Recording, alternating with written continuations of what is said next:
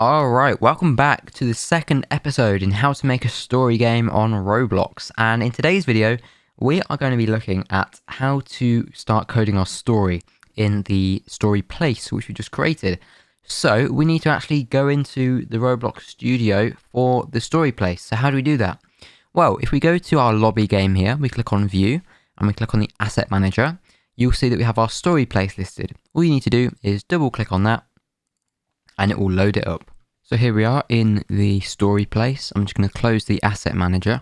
And what we're going to do is we're going to create another kit. Well, I've created another kit. We're going to add that kit into the game. So if you click on the toolbox, well, first, if you go to the link in the description to take the second kit for episode 2 and go and take that. And then if you go into your models again, you'll see the story game kit episode 2. So if you insert that into the game, that is going to add the map. So this is quite a simple map. It's just a base plate with 4 walls, some trees, and then a couple of models here, which I took from the toolbox.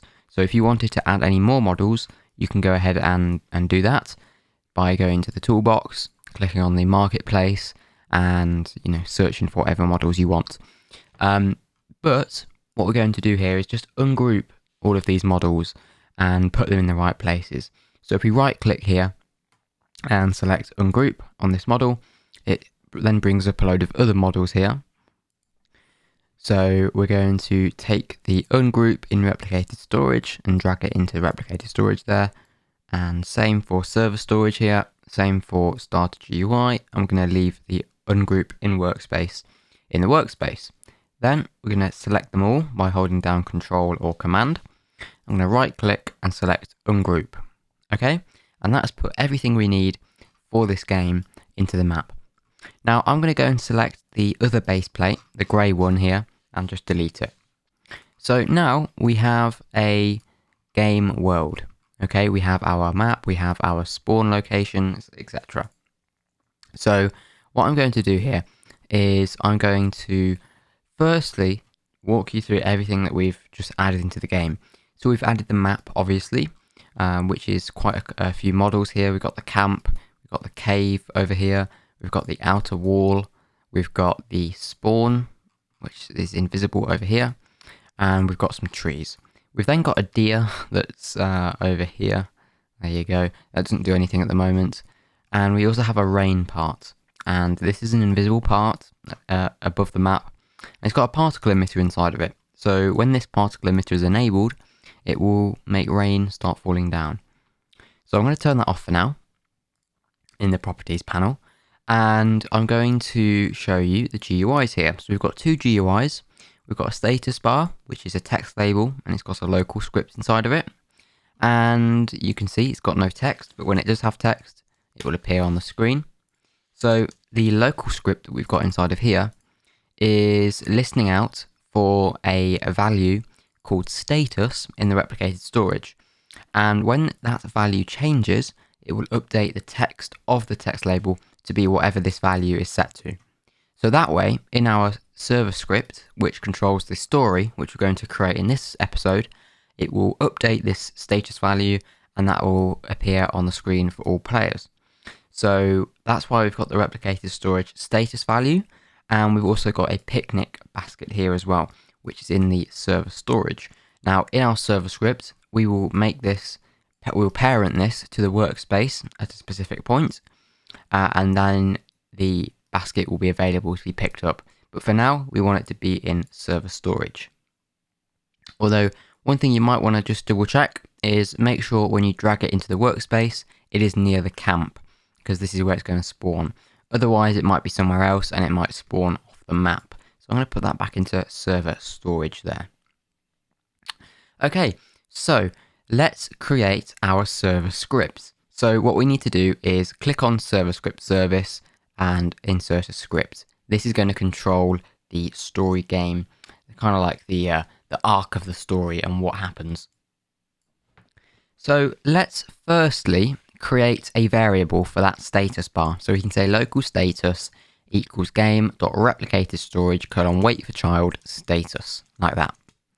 And now what we want to do is we want to firstly say, let's get settled into the camp. So we'll do a first 10-second wait to allow players to spawn in before the actual story begins. And then we can say status.value equals get settled into the camp. Okay, and that is going to put get settled into the camp on all of the players' status bars. Now we've also got a text ticker, but I'll explain that in a minute.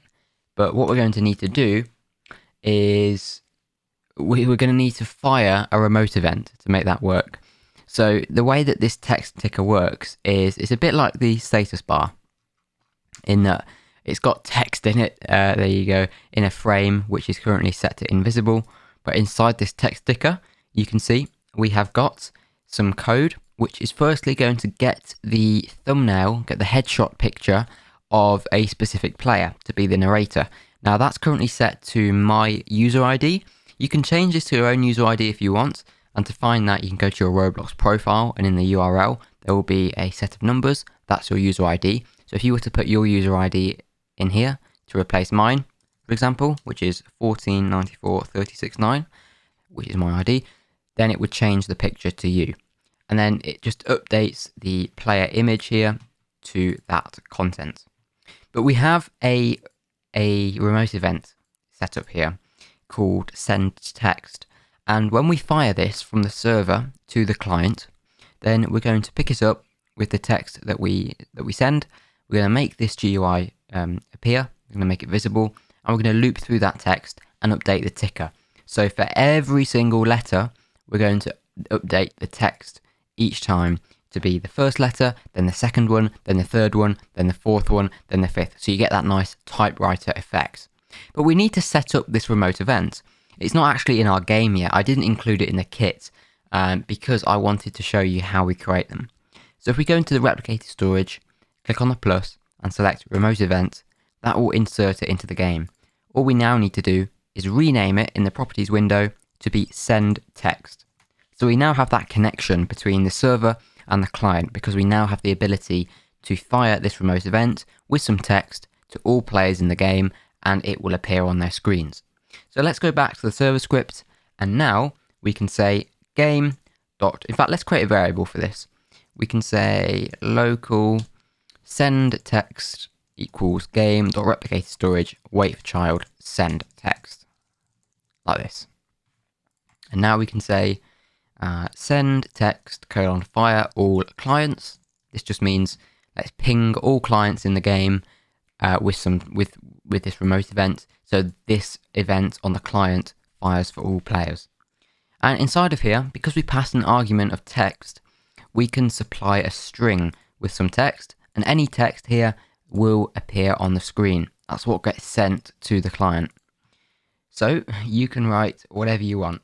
Now I'm going to just copy and paste here to save time, and obviously you can change this to make your story whatever you want. So that's just the first line for me, and then I'm going to just keep on doing this every 10 seconds or so that the story advances. So we can say game.lighting .time of day, because I want to make it nighttime now, because it's getting settled into the camp, night is going to be approaching.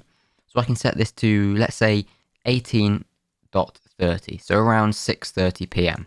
Okay, and this will make it like a dusk nighttime setting, and we can say status.value equals night is approaching. And then we can do another wait 10, and we can say status.value equals, oh no, it's raining in the camp. We'll need to take shelter in the cave. And so what we want to do is we want to make it start raining, so we can enable that rain part that we added into our game. We can enable that particle emitter, so we can say game.workspace.rainPart.particle emitter.enabled equals true. Then let's do another send text for the ticker, and we can say fire all clients. And inside of here, let's say let's do the second part of the story where we say that we've accidentally put some fertilizer in the basket, in the food basket, and later on this basket will actually kill one of the players because they will get poisoned. So we're just planting that in the story now. And since it's raining, let's do a 30-second wait to allow the players time to get over into the cave. That should be enough. And then after that time, then they should all be in the cave. So let's just say status. In fact, I'm just going to make the text bigger so you can actually see it. Status.value equals everyone's starting to get hungry, but you forgot to take food from the camp. Now, obviously, they didn't really forget because it wasn't there, but this is just the way the story is going to go. We're actually going to make the picnic appear after they've gone into the cave. So we can say local picnic equals game.serverStorage, and we can say .picnic :clone, and let's say picnic.parent equals workspace, like this. That will put the picnic basket into the workspace in the same position where it was earlier when we dragged it in. So again, make sure that the picnic basket is in the right position before you put it into the server storage. Then we can do a wait 5, and now let's say status.value equals someone needs to sacrifice themselves and head back to the camp to get the basket. There we go. And now what we need to do is we need to make the game wait until you bring a basket back. So this is quite an important part, because if you want to make your own custom actions outside of the tutorial in future, you're going to need to know how to actually stop the game until an action happens. And the way we're going to do this is we're going to use Bindable Events. Bindable Events is a way for two scripts to communicate with each other, to tell when something has happened. It's kind of like, you have a touched event for when you touch a brick. You can actually set up your own custom events using a bindable event. So I can have an event for when I return the basket. So I'm going to go into my script here. Let's just call it main, by the way. That's what I like to call my server scripts, because it's the main script that's running the game. Inside of here, I'm going to insert a bindable event. And I'm going to set this bindable event's name to be basket returned. Okay? And we'll write some code that triggers this in a minute, but we want to advance the story when this event is fired. So what we can say is script : wait for child basket returned .event : connect function. Okay, and any code inside here will run when the basket gets returned. So we've set up that event listener, which is now listening out and waiting for the basket to be returned. So what we can do is, once they've returned the basket, we want to say status.value equals the food has safely arrived. We won't be hungry anymore. Okay. And then let's do a wait 10 seconds again. And we can say status.value equals, but wait, one of the sandwiches is poisoned, one of us will die. So we now want to eject someone from the game. So we need to pick a random player.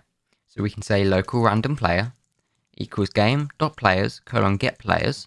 Now this is the table of all players in the game. Whoops. And we want to pick a random player. So in square brackets, we can choose a player from this table by saying math.random 1, and then we can say hashtag game.players : get players. Okay, so this will pick a random number between 1 and however many players there are in the game. So if there's 10 players, it'll pick a number between 1 and 10, and then it will remove that number's index from the table. So if it's 5, it will remove the 5th player in that list. So if you're 5th in the list, which it's just random chance really, then you're going to get ejected out of the game. And let me just remove these brackets here from the status.values, because I don't need those. I don't know why I put those there. You just need a pair of quotes or speech marks. So now that we've got our random player, we can say if random player.character, So if their character is in the game, it's loaded, and it might not be there for some reason, we can say random player dot character dot humanoid dot health equals 0, and that is going to kill them. So now we can say status dot value equals oh no space. Make sure you have a space here, and then close the string, and then dot dot random player dot name dot dot, and then another string with a space at the start. Has been poisoned by the sandwich. Okay, and now we can say wait 5 seconds, and we can kick that player from the game. We want to eject them from the game. So random player colon kick. Okay, and you can give a message such as you died, and then they will be kicked from the game.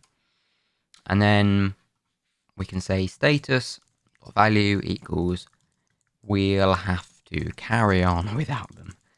Okay, and then we'll do another wait 5, and you can have the cave caving in, which was the last thing I mentioned in the first episode.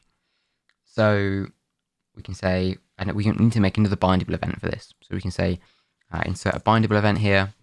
We can call it cave in, and I will say script dot cave in colon fire, and that will fire another bindable event, which we can pick up down here. We can say script wait for child cave in dot event colon connect function. Inside of here, let's say status dot value equals oh no, the cave has caved in. So how are we going to make the cave actually cave in? Well, if we go over to the cave, you can see there's a door, and it's called cave door. And so what we can do is we can make this can collide true.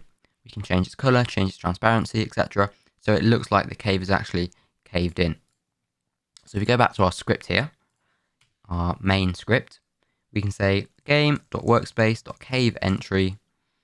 In fact, let's create a variable for this. At the top, we can say local cave entry, game.workspace.cave entry, dot cave door, let's say.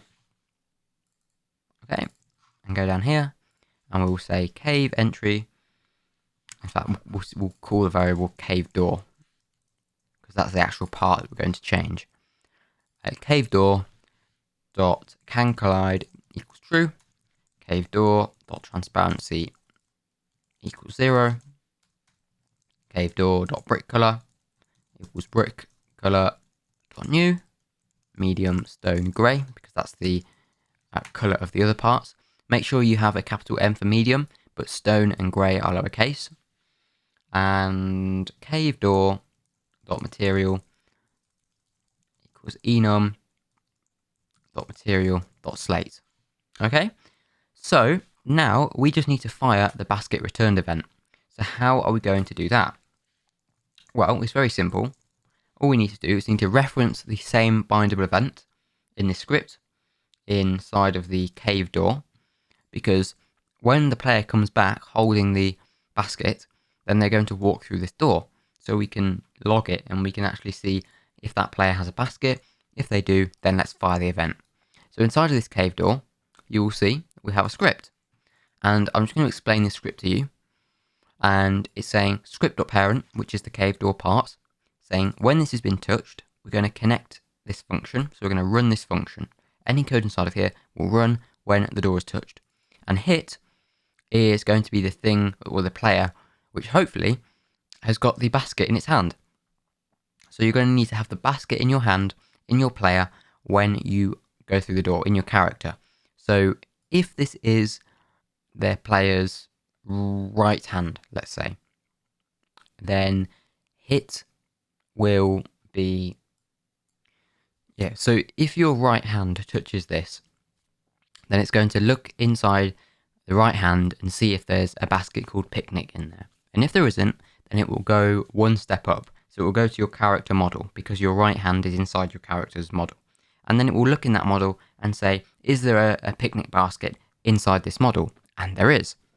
So we're going to go to game.servScriptService.main, which is our script, and we're going to say basket returned : fire, and that fires the event which triggers the rest of the story to play out, which then triggers the cave in to be triggered, which then, runs this code.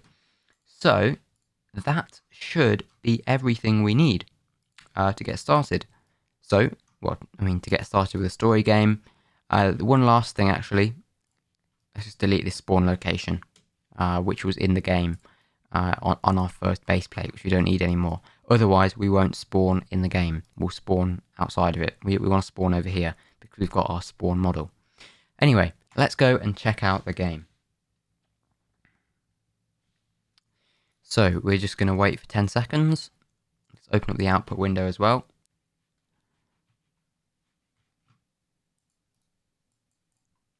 Okay, and we're just waiting here. I'm just going to pause the video until the next stage. There we go. So night is approaching. Okay, and it just started to rain. So it's raining in the camp. We need to take shelter in the cave. So players will start to go over to the cave, obviously, but we know that the basket is going to spawn. So I'm just going to stay here. Okay, and the basket is literally just spawned here. So the players will then come back and get the basket. And then here we go. So if we go into the Explorer here, you can actually see that in my character, there's a picnic. So the thing that's actually going to touch the object that will touch the door will be one of these body parts. So it will firstly look to see if there's a picnic inside of there, and then it will go up a step. It will look inside my player model to see if there's a picnic. When I touch the door, it says the food has safely arrived. And now it's going to pick a random player to kick. But I am the only player in the game, so I think I'm going to get killed here. There we go. So I've been killed, and then it kicks me and says, you died. So we don't get to see the cave caving in. We might be able to see it if we go to server mode. There we go. So the cave is now caved in. So if you were in the cave, you can't get out again because the door is closed. But that is how you create a story game on Roblox. Now make sure that you change the place ID in the lobby in that teleporter script to actually teleport them to this new game because it has a separate ID, it's a separate place. And also make sure that if you don't want the trucks to come backwards after they've gone into the dark zone in the lobby, because there's a small delay before they teleport the players, just add a wait, maybe wait 10 seconds before it comes back. And finally, this is the final episode in this series. So there's going to be no more episodes in this series on how to make a story game. The idea is that you carry on the story yourself, you build more things using what you've learned, using the bindable events, etc., and the status, etc. But there will be no more videos in this series. But I hope you enjoyed it. If you want to unlock the full source code and project files, you can become a member on my channel, premium member, by clicking the join button. They're available now, and I'll see you in the next video. Thanks for watching.